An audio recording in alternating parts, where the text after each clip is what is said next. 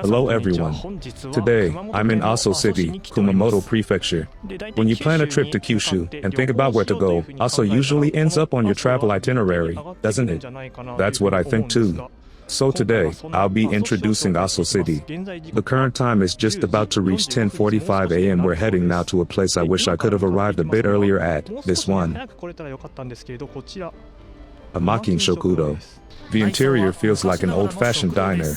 I received a leaflet from Amakin Shokudo titled 30 Things to Enjoy in Aso. It's a list of local experiences.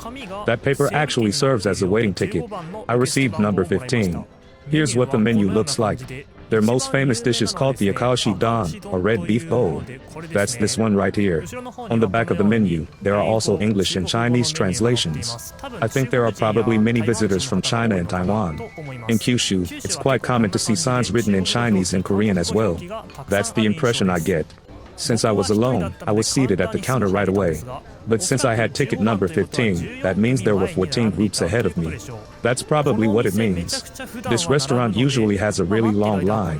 While waiting, you can look at this kind of local map and take a walk around the area. It's actually quite fun. It opens up like a newspaper, and inside, you'll find tourist spots in Aso, various activities, local foods, and many other recommendations. While waiting, I checked the restaurant's website. It says they've been operating in Aso Uchinomaki Onsen for 104 years. That's an incredible history. Further down the page, I found their business hours. They open at 11 a.m., but even 30 minutes before that, there's already a normal line forming. So it's best to arrive a little early. As I was casually reading through their website, I found something quite unusual. It said, "We have single staff members. Please feel free to talk to them." There were other amusing pages too. One section was titled Secrets, the Dark Side of Amakin. That's what it said. They've clearly put a lot of creativity into it, so during the wait, you'll never get bored. And after waiting for about, maybe 10 to 15 minutes? I think so. Here it is, the famous akashi beef bowl from Amakin Shokudo. Next to it, it may look like miso soup at first glance, but it's actually lemon soup. Nowadays, this akashi beef bowl has become one of Aso's signature dishes. However, the dish itself doesn't have a particularly long history. It actually became popular after the Heisei era began. So if someone asked me to take them to a famous lunch spot in Aso, this is where I would bring them. The pickles were well seasoned and flavorful. You can't tell just by looking, but if you stir it round and round like this, from the bottom you'll find radish and meat. That's akashi beef. There's also wheat gluten inside, making it a hearty soup with plenty of ingredients. The soup itself is rich with akashi beef broth and tastes wonderful. I finished my meal. Even the number tag was unique, it was shaped like a cow. After leaving the restaurant, I noticed something. Around Amakin Shokudo, there were crowds of people everywhere. It was absolutely packed. Alright then, now that I finished lunch, let's head out and start exploring Aso's sights. As you can see, the weather is absolutely perfect today, so I'm sure it'll be a fun trip. When you live in Kyushu, scenery like this isn't particularly rare, but still, Aso has a uniquely beautiful landscape. If you live in the Kanto or Kansai region and you see a travel poster saying, "Let's go to Kyushu," there's a pretty high chance that the photo on it was taken in Aso. Then I realize, for people living in Kyushu, this is just ordinary scenery, but for people elsewhere, it's something truly attractive. That's what I always find myself thinking. So now, we've come to a place where you can learn about Aso's unique geography through a model display. This is the Aso Grassland Conservation Center. There's a sign over there, and it says that Aso is known as the Aso Geopark. It's a famous designated area. So, what exactly is a geopark? If we look it up on Google, it says that a geopark is a region that preserves sites of geological value and promotes education and tourism while encouraging sustainable development. That's the official definition of the program. It sounds a bit complicated, but simply put, Aso is a place blessed with rich nature, so the idea is to make use of it for education and tourism, and to revitalize the local community. That's the basic concept. And this is the place where you can learn about it. Inside, you'll find various displays like this. There are all kinds of exhibits. But the one I'd like to show you today is this one, the Aso Diorama, a three-dimensional model. There's also a flat map here, and the area outlined in yellow roughly represents what's known as the Aso region. In the center, you can see Mount Aso written, and to the west, a river flows continuously. That's the Shirakawa River, which connects to Kumamoto City. So when you look at the 3D model, you can see that in the west, there lies the Shirakawa River. From the direction I'm standing now, you can see the map from the same angle as before. There's a reason why this is made as a 3D model. It's not just for show. That's because Aso's geography is incredibly fascinating. There's a ring of mountains surrounding the area, and in the center, there's a tall mountain. That's the kind of terrain it has. Our current location is marked in red. From here, if we head south, we'll reach the central high mountain, Mount Takade. So why does Aso have this distinctive shape? Now that you've seen the model, you can understand Aso's topography better. The mountains you see rising in the distance, those are the ones forming the outer rim.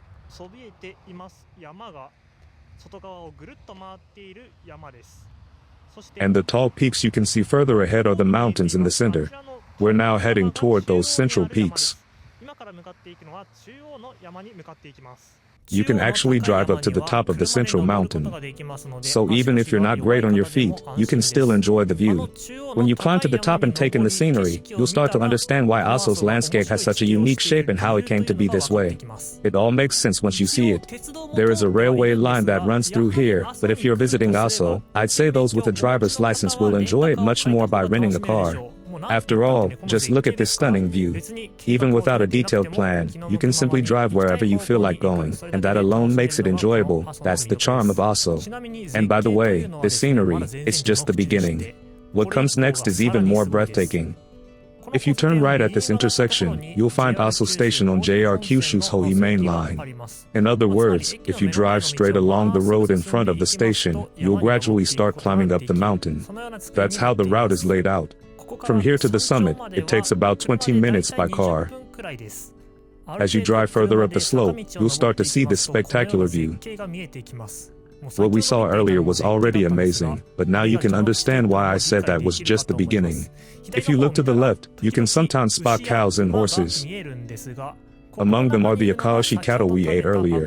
These Akaoshi roam freely across the vast grasslands of Aso, living peacefully and growing up naturally. That's why they experience very little stress. Because they grow up healthy that way, their meat contains very little fat, and is known for its rich red color. That's why you get that beautifully red Akaoshi beef bowl we had earlier. The breathtaking view of Aso you're seeing now, there's actually a reason why the scenery is so open and beautiful. It's probably because there are almost no tall trees here. And there's a good reason for that. Every spring in Aso, a traditional event called Noyaki, or grass burning, takes place. In simple terms, they set fire to Japan's widest grassland area, burning away grass, flowers, and all kinds of vegetation. That's the event. When you hear that, you might wonder, isn't that bad for the environment? But actually, it's perfectly fine. In fact, it's quite the opposite. If they didn't carry out Noyaki, these grasslands would gradually deteriorate and eventually turn into wasteland. That's what experts say. So the scenery of Aso is not just a product of nature, but also of human tradition and livelihood. It's this harmony between nature and human culture that creates such a unique landscape here in Aso. We're now getting close to the summit. Let's stop the car here for a bit and take a look around. We've arrived at Kusasenri, a spot that almost every visitor to Aso comes to see. The mountain you can see over there is Nakadake, the same one we saw earlier on the model. Once you get here, you start to understand the secret behind Aso's unique landscape. At first glance, though, what probably catches your eye is this horse. It has nothing to do with the geological secret. That's the horseback riding area. If you look beyond that, you'll see Nakadake in the distance. You can probably notice white smoke rising from it. That's the key to Aso's geography, volcanic activity. Now, the area I'm in right now is called Mount Aso, but actually, there is no single mountain called Mount Aso. It's a general name for the group of mountains that make up this region. Among these peaks, there are multiple active volcanoes, and the easiest one to recognize is this mountain here. It's called Kamazuka. You can see a crater-like depression at the top, and you can tell right away that it's a volcano. Back when it was still erupting, ashes and volcanic materials were spewed from that central crater and accumulated around it, forming what we now call Kamazuka. It used to be open for climbing, but nowadays, to preserve the environment, hiking up there is prohibited.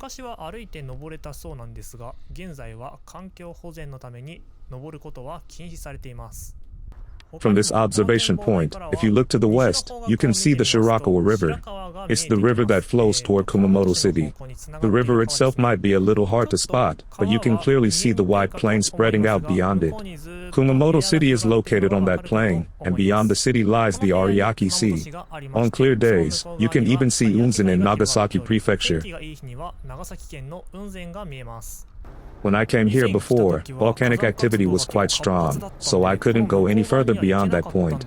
But now, looking at it, I can see cars driving over there, so it seems it's open again.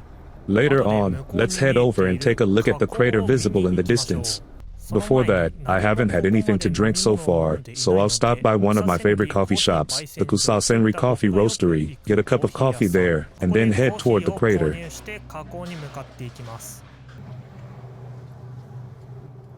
To get to Kusasenri, there are transportation options besides driving. You can also take a bus. I looked up Kusasenri bus and found the timetable. It seems there's roughly one bus every hour.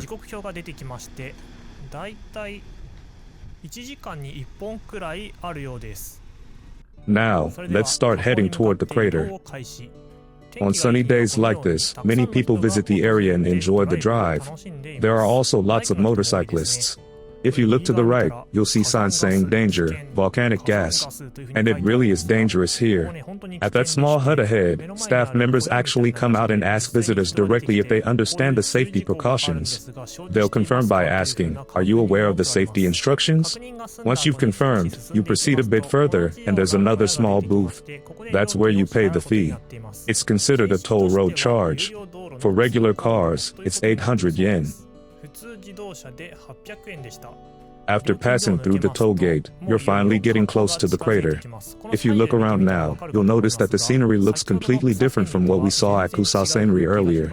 The soil has turned black or grayish, and the grass has almost disappeared. You can tell from the surroundings that we're getting closer to the crater. Volcanic ash and rocks have accumulated around this area, and that's why the landscape looks so different.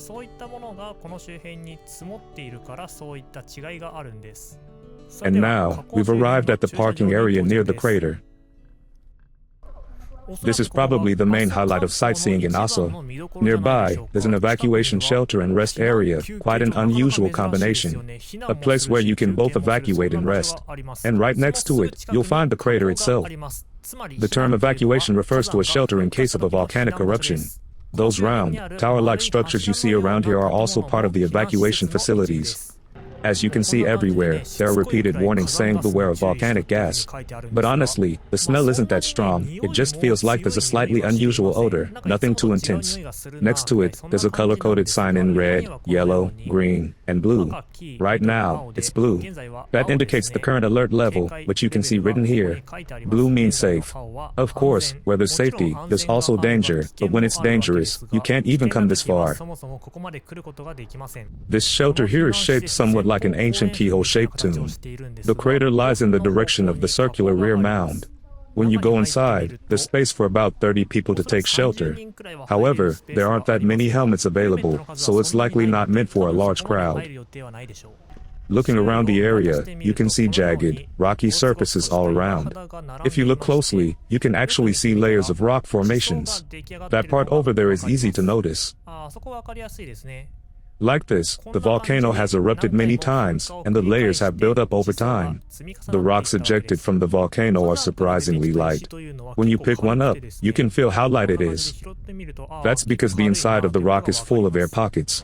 If you look at the surface closely, you'll see lots of small holes like this. These holes were formed when air escaped from inside the rock. It's similar to what happens when baking bread. You can imagine something like that. When air gets trapped inside, it makes the material lighter. I thought it would feel light, but actually, it's pretty heavy. And here it is, the crater of Mount Aso. Being able to get this close to a volcanic crater is quite rare, even by global standards. It's a truly special experience. The white smoke rising up here, most of it is actually steam. However, it can also contain some chemical substances, so it's best not to inhale too much of it. Still, from this distance, it's completely safe. Naturally, tourists gather near the crater like this. But if the volcano were to erupt here, there are shelters available for evacuation. As I mentioned earlier, the entrances to those shelters are actually located right here, on the crater side, where people gather the most. All of the other shelters, too, have their entrances on this side. You can tell they're clearly designed with evacuation in mind. That said, if an opening like this existed, rocks could fly in through it, which would be dangerous. So these entrances on the crater side are built with roofs for protection. If you're lucky, you can sometimes see hot water accumulating here, but it doesn't seem visible today. However, over there, you can see traces of sulfur deposits. The temperature of the water, by the way, is said to be around 60 to 70 degrees Celsius. Hearing that might make you wonder, could people actually bathe in it? But as you saw earlier, this area is off limits, so entering would get you arrested. Aside from this crater, there are other interesting sights. If you look to the opposite side, you'll see many rocks that were ejected during past eruptions. They're scattered all over the area. The crater we were just looking at is the Aso Nakade first crater, but if you look around this area, you can see traces showing that there used to be a fourth crater, a fifth crater, and several others here. The direction we're facing now is an area where many craters once existed. The place where I bought coffee earlier, Kusasenri, was also once a volcanic crater. Back then, the landscape there probably looked something like this. There are some rocks over here, and if you look closely at their surface, you can see that these volcanic rocks were heated and then rapidly cooled, causing them to crack. It's a typical landscape found near volcanoes. Interestingly, over here, you can see some grass growing. Even in a place like this, plants can survive. The rocks around here look relatively new, so they were probably ejected from the crater. The fact that such huge rocks can be blown this far really shows the incredible power of the earth. Looking down at your feet, you might notice some damaged concrete areas. And if you look around with that in mind, you'll see that there used to be many holes.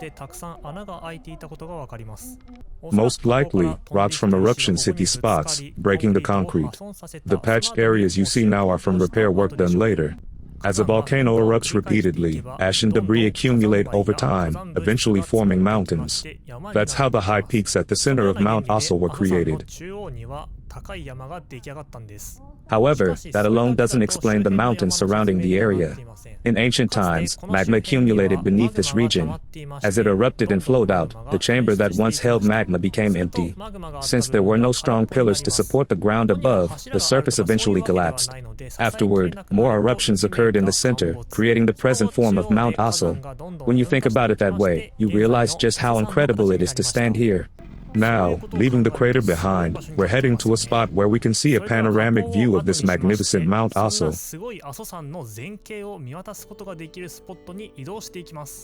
Right now, the landscape looks rugged and rocky, but tens of thousands of years from now, this area may be covered with grass, perhaps even becoming a relaxing spot where you can enjoy a cup of coffee, just like Kusasenri today. It's probably only about 1 kilometer away, yet you can already see so much greenery. Next, we're heading toward a place called Daikanbo. To get to Daikanbo, we first have to descend from the central mountain. So, as you can see ahead, we're saying goodbye to the crater and heading downhill. As we go down the slope, you can see another mountain in the distance. That mountain is part of the outer rim that completely encircles Mount Aso. Daikanbo, our next destination, is located on the upper ridge of that outer ring of mountains. So, what you see over there, that's where we're heading. On the left-hand side, you can spot many Akashi cows, the same kind we had for lunch. Now that we've descended the mountain, we're entering the flat plains area. As mentioned earlier, these plains were formed by subsidence. In other words, the land here used to be as high as the mountains you see ahead. Thinking about it that way, you can imagine that thousands of years ago, a truly massive event, something worthy of being called a cataclysm of the earth, must have taken place here. After driving for a while, you can see a building on the right-hand side. That's the Aso Grassland Conservation Center we visited earlier in the day. Passing by that center, the road ahead begins to climb toward the outer rim, the ring of mountains that encircle the Aso region. So now, let's head up that outer rim and finally, take in the view from Daikanbo. If you're ever traveling around Kyushu and the weather happens to be good, I highly recommend making a detour to Aso. You'll experience something here that can't be found anywhere else. And with that, we've arrived at Daikanbo. This sign here says, "Please close the door after use." It's written in the local dialect. In this area, Adaziki means please close the door after you open it. After parking your car in the lot, you'll need to walk a short distance, but even while walking, you can already enjoy a spectacular view on your right. It's such a beautiful walk that you won't even notice the distance. After about 3 minutes on foot, you'll reach Daikanbo. In the distance, you can see the central mountains we climbed earlier. Daikanbo is written this way in Japanese. It's said that Takutomi Soho, a journalist and thinker from the Meiji era, was so moved by this scenery that he gave it this name. The landform created by collapse is called a caldera, and Aso's caldera is one of the largest in the world. Being able to see such a landscape right here in Japan is truly amazing.